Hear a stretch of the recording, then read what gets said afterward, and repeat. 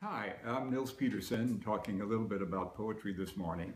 And this morning, I'm going to end by reading a short group of poems that I have together about how to be in the world, pay attention to the world.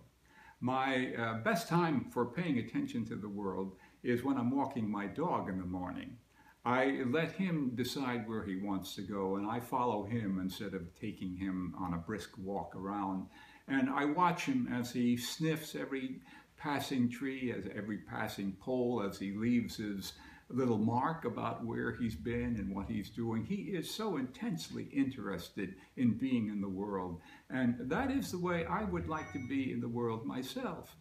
So, um, this is a group of things that's entitled How to Get to Here.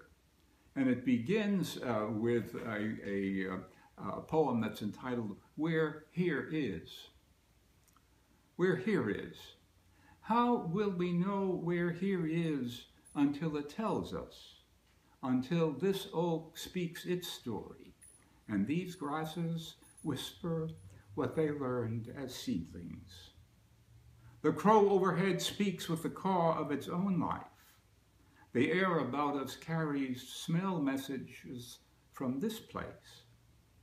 Knowing where here is paying with attention, not planting a heavy foot like a conquistador on the shore of the earth. So this is an exercise on how to get to here, how to be where you are in the moment. So as an introvert, I often find it very difficult to be here. I'm often so far inside that I'm really not here at all. And so sometimes the outer world comes and helps us see it. So how do we learn to pay attention? Sometimes the world helps. Say I'm walking my dog along a pond, lost in my introverted musings, when all of a sudden Greystoke leaps for a duck, pulls his leash, and I am yanked into the physical world. How beautiful the duck is!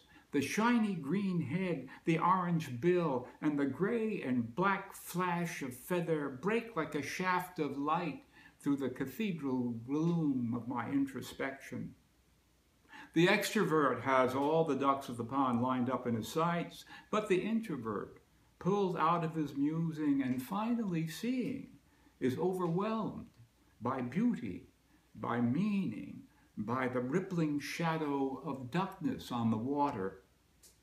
The world has broken through a shell of thought and wants to be born again in word or image. So here's an exercise.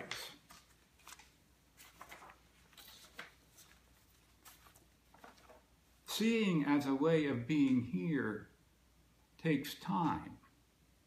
It is a way of slowing a moment, making time larger, if you will. So I was on Vancouver Island and looking out towards the Juan de Fuca Strait, and this is what I saw and tried to record. And the more carefully I looked, the more and more I saw. And so Vancouver Island. The hummingbird, beak deep in fireweed, makes clumsy the worming robin. But that brown orangey breast brightens the greens of the lawn and the bluish, so the bluish green blacks of the firs are deepened. How many greens there are! Grass, fern, cedar, each has 1,000. Now I can see the grays of the sea, silver to not quite black, and now the blue, gray, white, gray, gray, gray clouds, and now the spoor of an invisible wind moving up the Juan de Fuca Strait, out towards a vast shining.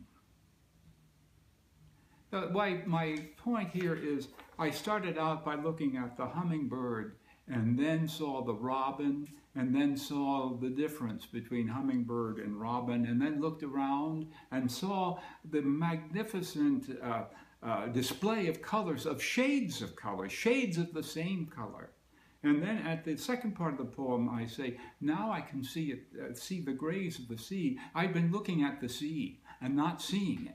But after having trained myself to see the different shades of green, then all of a sudden I could see this marvelous thing that was going out on the sea, all the different shades of gray on the sea and the gray in the sky, because I had trained my eye by looking at the trees.